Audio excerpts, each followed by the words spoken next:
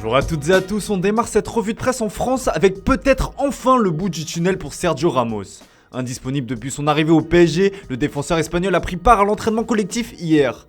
Ce qui pousse le journal L'Équipe à titrer sur sa une, Ramos accroché à son pari.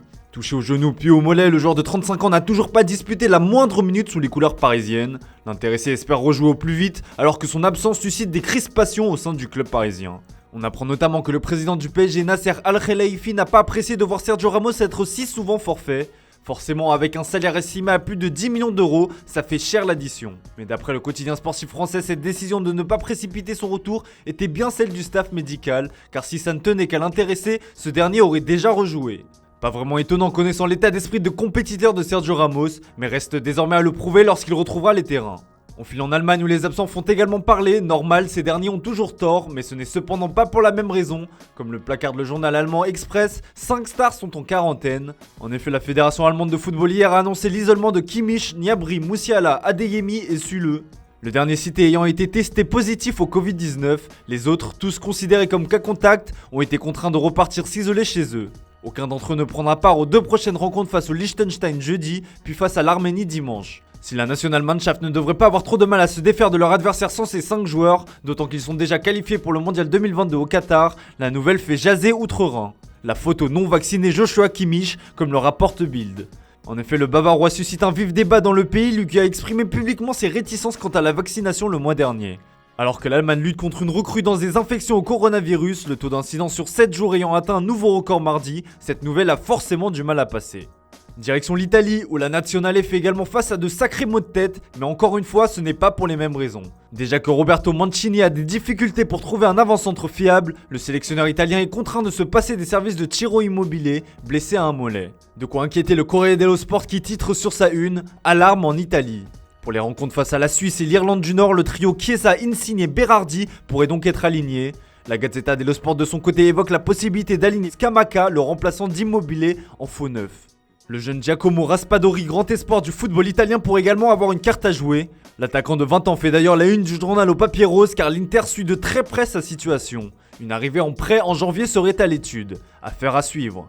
En Espagne, c'est encore une fois Xavi qui fait la une des médias pro-catalans. Présenté en grande pompe ce lundi, le nouvel entraîneur du Barça n'a pas perdu de temps pour imposer sa patte. Monsieur Xavi, comme nous présente Sport sur sa une, est bien dans la place. Lors de sa première rencontre avec les joueurs, le tacticien espagnol a tenu un discours ferme. Ponctualité et respect des règles seront les maîtres mots. Xavi veut tout contrôler et son ancien coéquipier et désormais joueur Gérard Piqué a déjà pu avoir un petit aperçu. On apprend notamment par le biais de la presse espagnole qu'il a refusé à Gérard Piqué de participer à un talk show télévisé. Xavi déjà aux commandes, constate le Mundo Deportivo. En interne aussi ça bouge.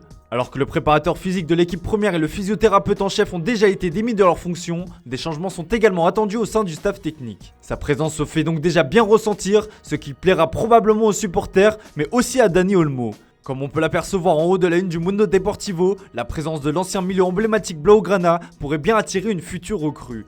Il s'agit en effet de Dani Olmo. Le quotidien espagnol relaye notamment une déclaration du joueur du RB Leipzig qui le rapproche encore un peu plus de la Catalogne. Xavi est une référence, je suis content qu'il soit allé au Barça. C'est ce qu'on appelle un joli appel du pied. On prend désormais la direction de l'Angleterre où le cas Paul Pogba fait la une de tous les tabloïds anglais en ce mercredi matin. Blessé à l'entraînement avec l'équipe de France ce lundi sur une frappe a priori anodine, Paul Pogba a dû quitter le rassemblement des Bleus. Et les premiers examens ne révèlent rien de bon. Ce dernier souffrirait d'une rupture du quadriceps de la jambe droite, ce qui devrait le tenir écarté des terrains pour une durée comprise entre 8 à 10 semaines. Une très mauvaise nouvelle pour le joueur de 28 ans qui traverse actuellement une période compliquée avec son club de Manchester United. Le Daily Star fait dans le jeu de mots en ironisant sur sa situation, Paul terminé. Même son cloche pour le Daily Mirror, il pense que pour Paul c'est fini. La douleur de Pog, écrit de son côté le Manchester Evening News.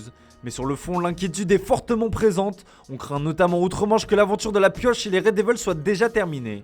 La tendance actuelle n'est pas à une prolongation et on redoute fortement que l'intéressé ne se mette déjà d'accord avec son futur club dès janvier prochain.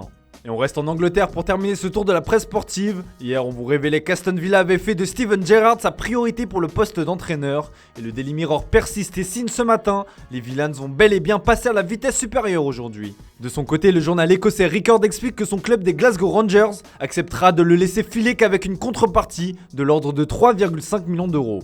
Pour rappel, la légende de Liverpool est sous contrat jusqu'en 2024. Aston Villa est prévenu.